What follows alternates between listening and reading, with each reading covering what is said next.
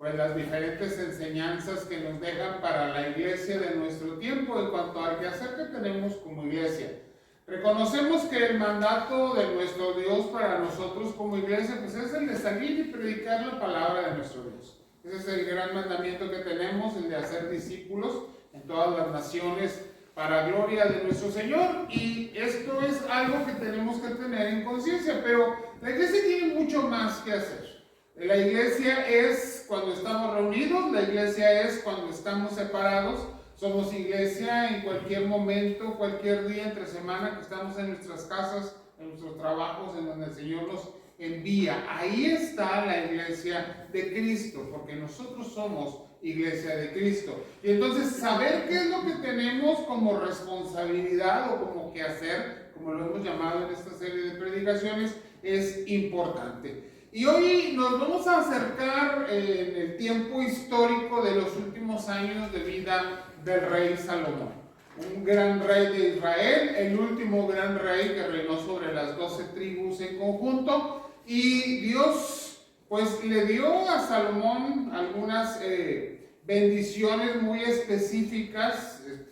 Sabemos la gran sabiduría que Dios le dio, pero también reconocemos que Salomón era un ser humano, igual que cualquiera de nosotros, con errores, con dificultades, y que también pues cometió pecado delante del Señor.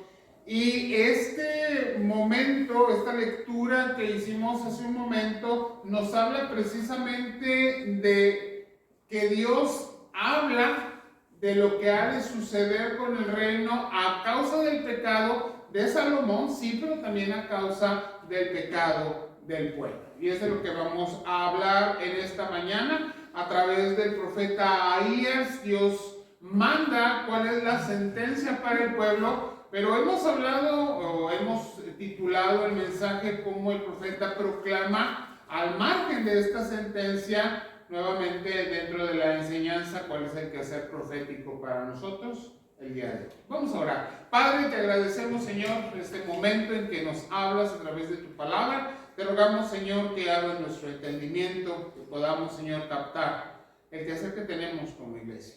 Que sigamos creciendo, pero sobre todo creciendo para tu gloria.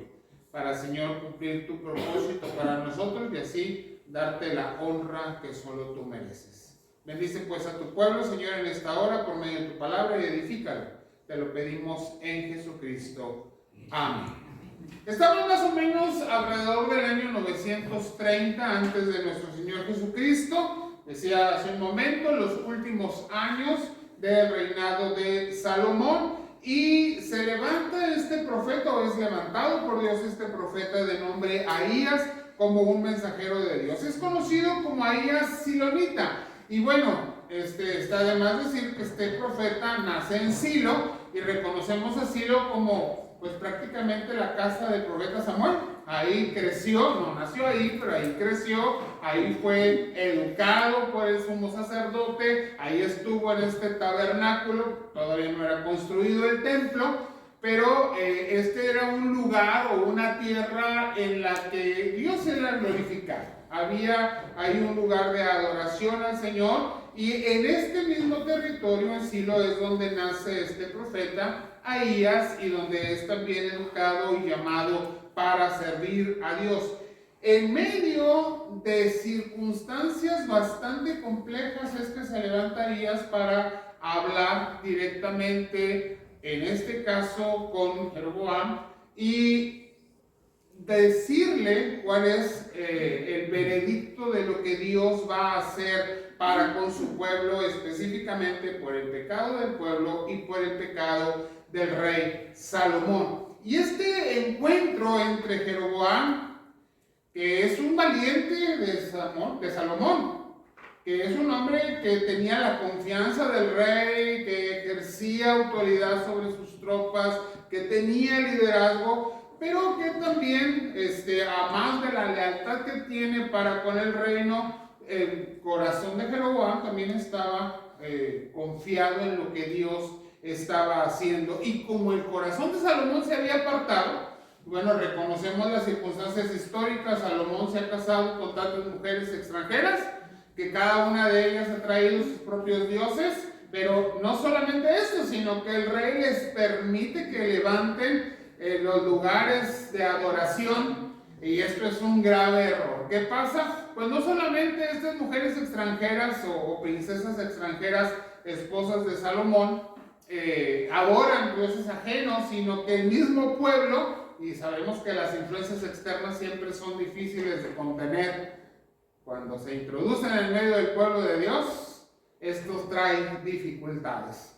Y yo creo que esta es una enseñanza muy importante de la vida de Salomón para nosotros. ¿Qué sucede cuando dejamos entrar en medio de la iglesia, en medio del pueblo de Dios, estas influencias ajenas a la voluntad, ajenas a la palabra, y dejamos que prosperen? Pues esto trae consecuencias también para nosotros. El pueblo se ha desviado, el rey se ha desviado, y entonces Dios envía este mensaje a este valiente, a este guerrero Jeroboam, diciéndole algo muy específico. Dios te ha elegido para que tú gobiernes, para que tú reines sobre 10 de las tribus. Y esa es una enorme cantidad, solo son 12. Y Dios ha partido el reino en dos, pero no de manera equitativa, ¿verdad? Le da un porcentaje muy alto a Jeroboam, le dice 10 son tuyas, y Salomón, o más bien Roboam, su hijo, va a quedarse solamente, dice la palabra, con una. No se está contando su propia tribu, que es la tribu de Judá, sino que además se queda con la tribu de Benjamín, y lo sabemos. Forman el reino de Judá en el sur, y las otras 10 tribus forman el reino de Israel en el norte. Pregunta cultural: ¿y cuál es la capital del reino de Israel en el norte?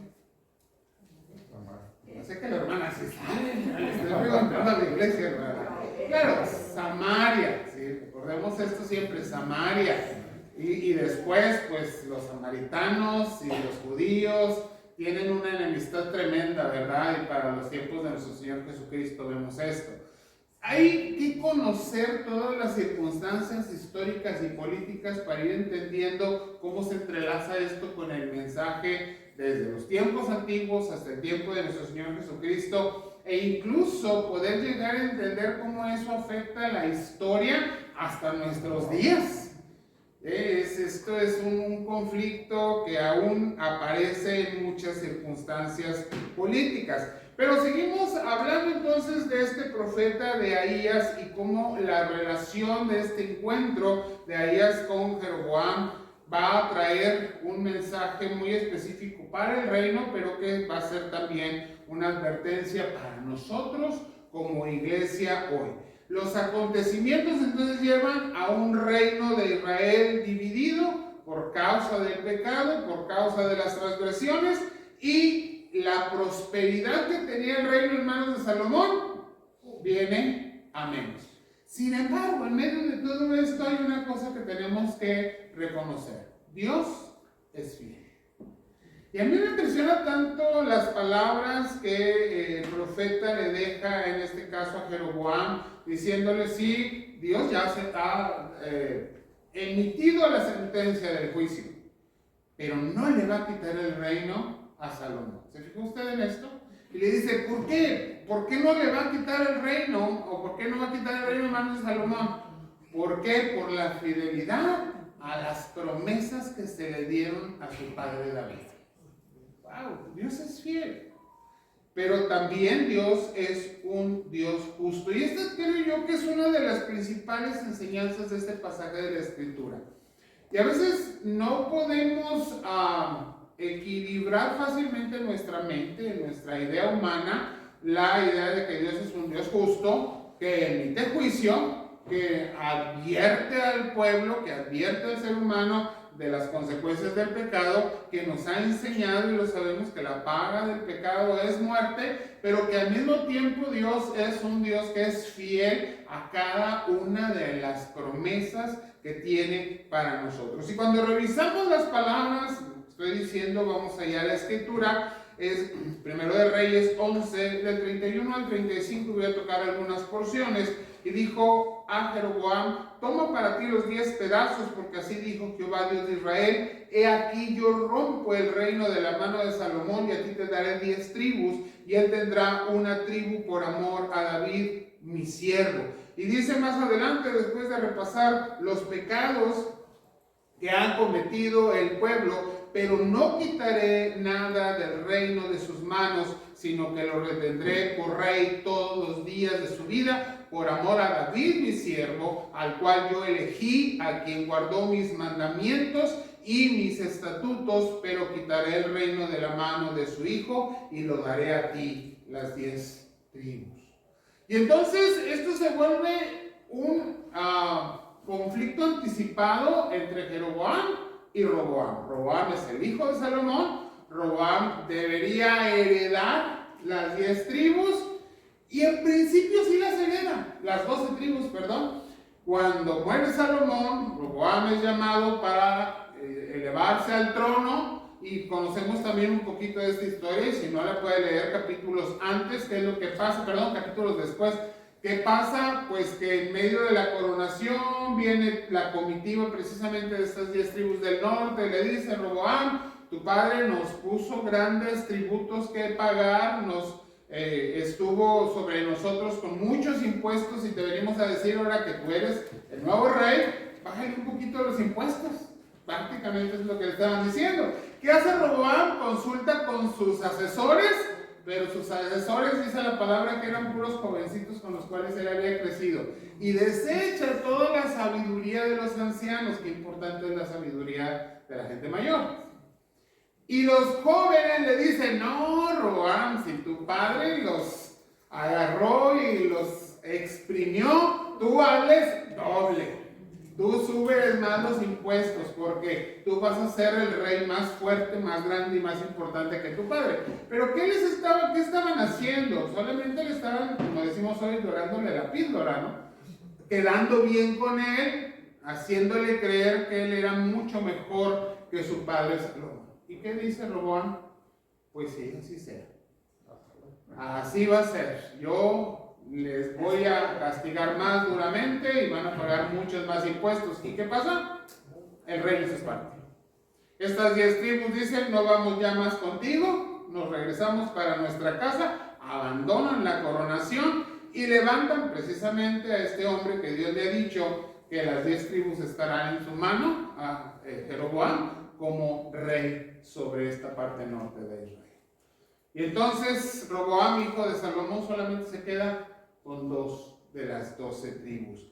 Pero en medio de todo este conflicto político, la verdad es que no somos ajenos a ello. Digo, no históricamente, pero sí en nuestro contexto. Los conflictos políticos siempre están ahí. Los conflictos por causa de pagos, de impuestos, de forma de gobierno, de situaciones que afectan a la sociedad en la que vivimos, están ahí. Pero en medio de todo esto, el mensaje es contundente. Número 1, Dios es un Dios justo, y siempre Dios es justo, y la paga de las situaciones negativas de nuestra vida, adversas en contra de la voluntad y de los decretos de Dios, traen justo juicio de parte de Dios. Y sabemos que la gran mayoría de las situaciones negativas que hay alrededor de nosotros, de la sociedad y aún en nuestras propias vidas, son parte de esa justicia de Dios.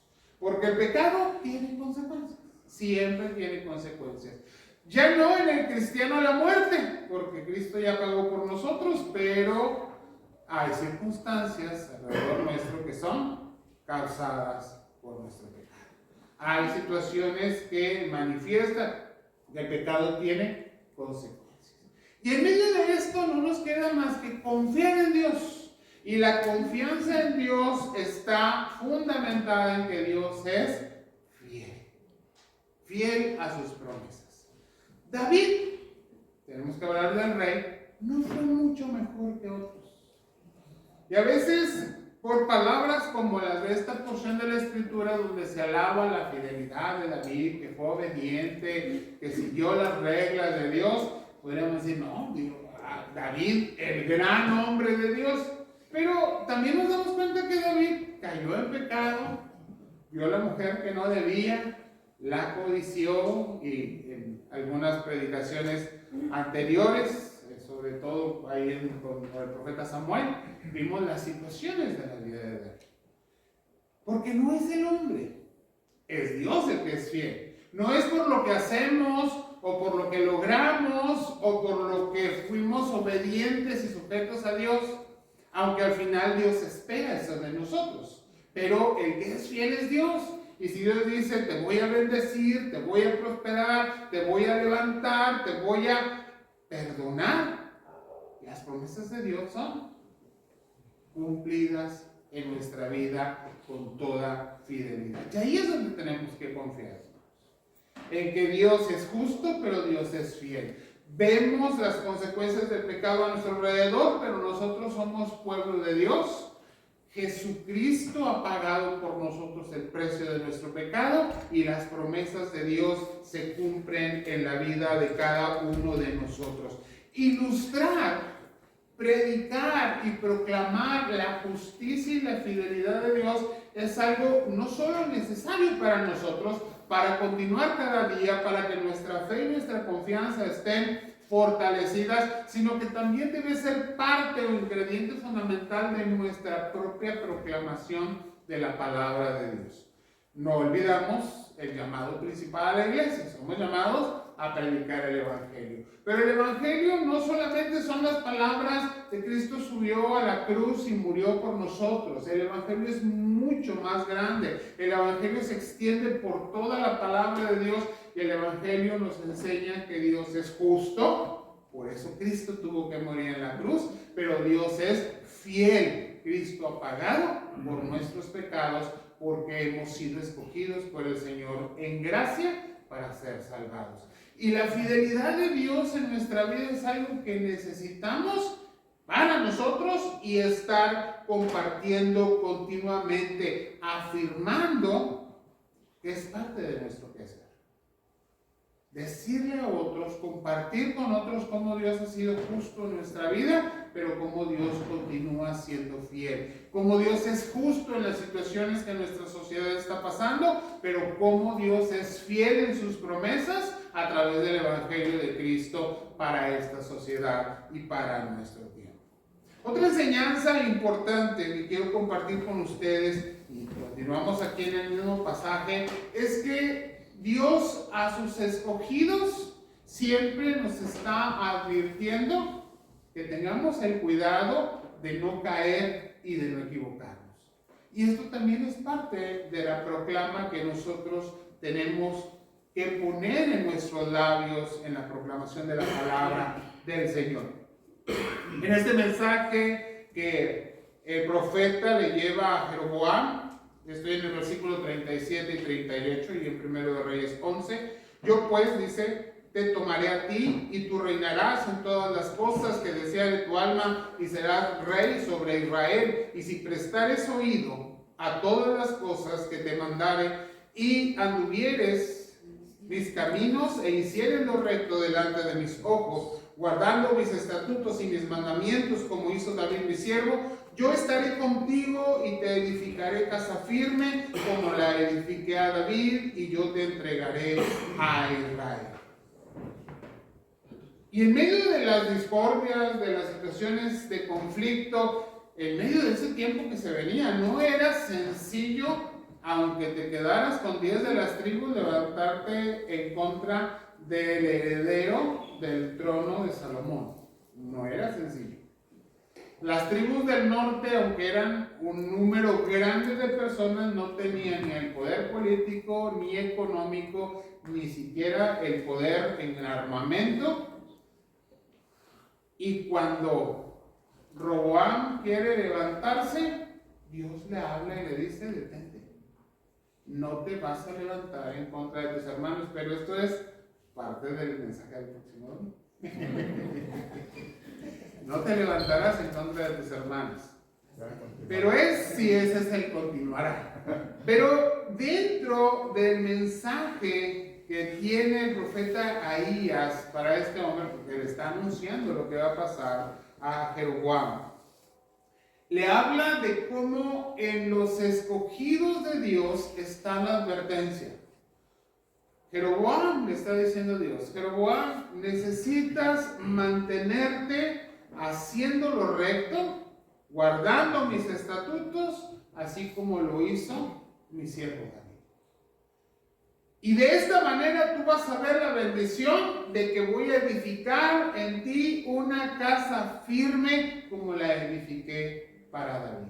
Y a mí me llama mucho la atención esta frase de una casa firme, porque si bien para el tiempo en el que es dicha esta palabra tenía que ver con el reino, con la idea del reino, esa casa firme era precisamente que iba a establecer un reinado, el reino del norte, en la casa de Jeroboam, y que se la iba a dejar a su descendencia, aunque no sin conflictos. Habría conflictos siempre en medio de esa casa, pero Dios le está diciendo, yo voy a edificar en ti, porque es Dios el que edifica. Ahora, cuando lo traemos a nuestra propia vida, hermanos, Dios está edificando en nosotros casa firme, en primer lugar en nuestra propia vida. Nuestro cuerpo, nuestro ser es casa del Señor, pero también lo está edificando en nuestras propias familias y tenemos que extender esto a nuestras iglesias.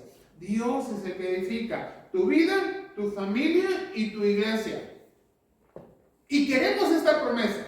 Acabamos de hablar hace un momento de cómo Dios es fiel. Pero Dios aquí no está haciendo una promesa simple, sino una promesa condicionada, ¿verdad? Le está diciendo, esto va a suceder si tú eres fiel a mis palabras, te mantienes fiel a mis principios y caminas conmigo, dice el Señor.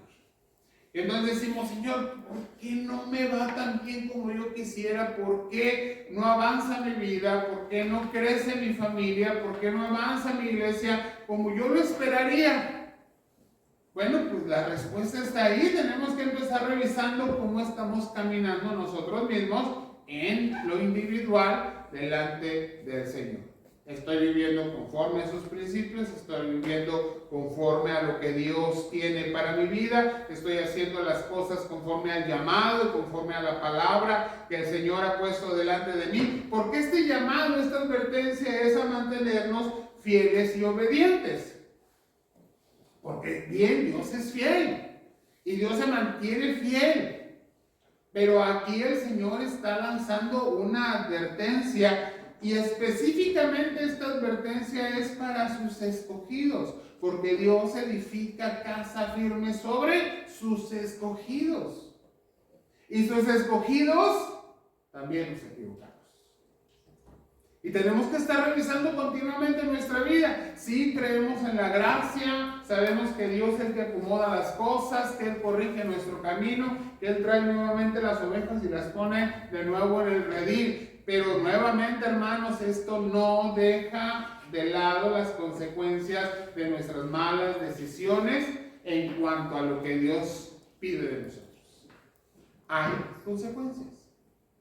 Y entonces no vemos todas las bendiciones, no vivimos toda la abundancia. No estoy hablando de economía, estoy hablando de la vida abundante que Cristo vino y compró para nosotros. Decimos, no veo todo esto, no estoy viendo la abundancia del Señor en mi vida. Bueno, hay que revisar entonces si yo estoy abundando en obediencia, en sumisión, en humildad, en caminar conforme a la voluntad de Dios. Nuestras vidas, nuestras familias y nuestra iglesia son de Cristo. Dios es fiel, esto no se modifica, pero somos llamados para ver esta casa edificada firmemente, como se lo dice el profeta a Jeroboam, vivir con fidelidad. Y entonces esto nos llama a una revisión continua de lo que el Evangelio está creando en mi vida. Lo que el Evangelio le ha dado a mi vida y cómo estoy caminando en respuesta a esto. De una manera muy simple, ¿es mi vida un testimonio de que he sido elegido hijo de Dios? Pregunta sencilla, respuesta a veces complicada. ¿Es mi vida un testimonio de que soy un escogido para ser hijo de Dios? Y si la respuesta no es un sí contundente, ahí está el problema. Ahí está la situación por la que yo no puedo ver totalmente y experimentar totalmente una casa firmemente levantada en mi vida, en mi familia y en mi iglesia para la gloria de mi Señor. En tercer lugar, y vamos al versículo 39, en medio del juicio, en medio de emitir sentencia, en medio de las advertencias, el Señor es bueno. Y siempre hay un mensaje de esperanza. Versículo 39. Y yo afligiré a la descendencia de David a causa de esto, mas no para siempre. Que Dios es bueno. Su misericordia es grande. Dios es justo. Dios es fiel. Dios advierte. Y nuestro pecado tiene consecuencias. Pero Dios es un Dios de gracia. Habrá consecuencias, habrá aflicción, esto se va a dar, pero no para siempre. Y este mensaje de esperanza también es una parte importante de la proclamación de la palabra de Dios que tú y yo debemos estar dando. Porque ciertamente no es solo advertirle a este mundo que caminar lejos de Dios causa muerte, que caminar lejos de Dios tiene consecuencias. También tenemos que hablar, y precisamente en la centralidad del Evangelio, de este mensaje de esperanza, y el mensaje de esperanza es Cristo. Y lo fue en este tiempo, en este mensaje, y lo es en nosotros hoy. Porque ¿a qué se refiere el profeta Ahías? Bueno, el reino es dividido. Ya no es un solo reino como para David, ya no es un solo reino como para Salomón. Esto, al dividirse en Roboam, hijo de Salomón, va a traer situaciones de aflicción para la descendencia de David. Pero le dice, pero no para siempre. Ahora sabemos que la reintegración del reino, aunque no políticamente, pero sí espiritualmente, es Jesucristo. El único rey que podía reintegrar totalmente al reino de Dios bajo un solo gobierno, el de nuestro Señor. Y la esperanza del reino de David terrestre es la misma esperanza para el reino de David espiritual. Y somos tuyos. Esa esperanza es para nosotros y esa esperanza sigue siendo Cristo. Esa esperanza para el mundo sigue siendo Cristo. Esa esperanza para la sociedad en la que estamos nosotros hoy sigue siendo Cristo. Y no hay otra esperanza. No existe otra esperanza. Y si nosotros proclamamos una esperanza que no es Cristo, estamos totalmente equivocados. No es la política, no es ni siquiera la educación ni las enseñanzas, si estas están lejos de la palabra y si estas no son el Evangelio de Cristo, la desintegración social continúa. No hay psicólogo, no hay sociólogo, no hay gran pensador que pueda reintegrar a la sociedad. El único que puede restaurar es Cristo. Y entonces la proclamación de la iglesia tiene que seguir siendo Cristo. Pero ¿sabe qué? Tenemos un grave problema. Pareciera que hoy en día la iglesia está dejando de lado proclamar a Cristo.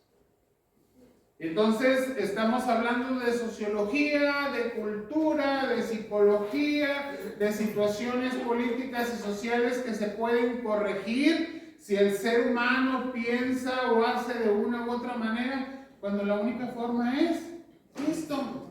No hay más. Y hasta pareciera que hemos llegado a la conclusión de que es un mensaje demasiado sencillo. Es que cómo la gente va a creer que con algo tan sencillo las cosas pueden ser diferentes y pueden transformarse. Pero en este sentido tenemos que decir que Dios es sencillo en su mensaje. ¿Quieres ser restaurado? Cristo es la solución. Tan sencillo como es.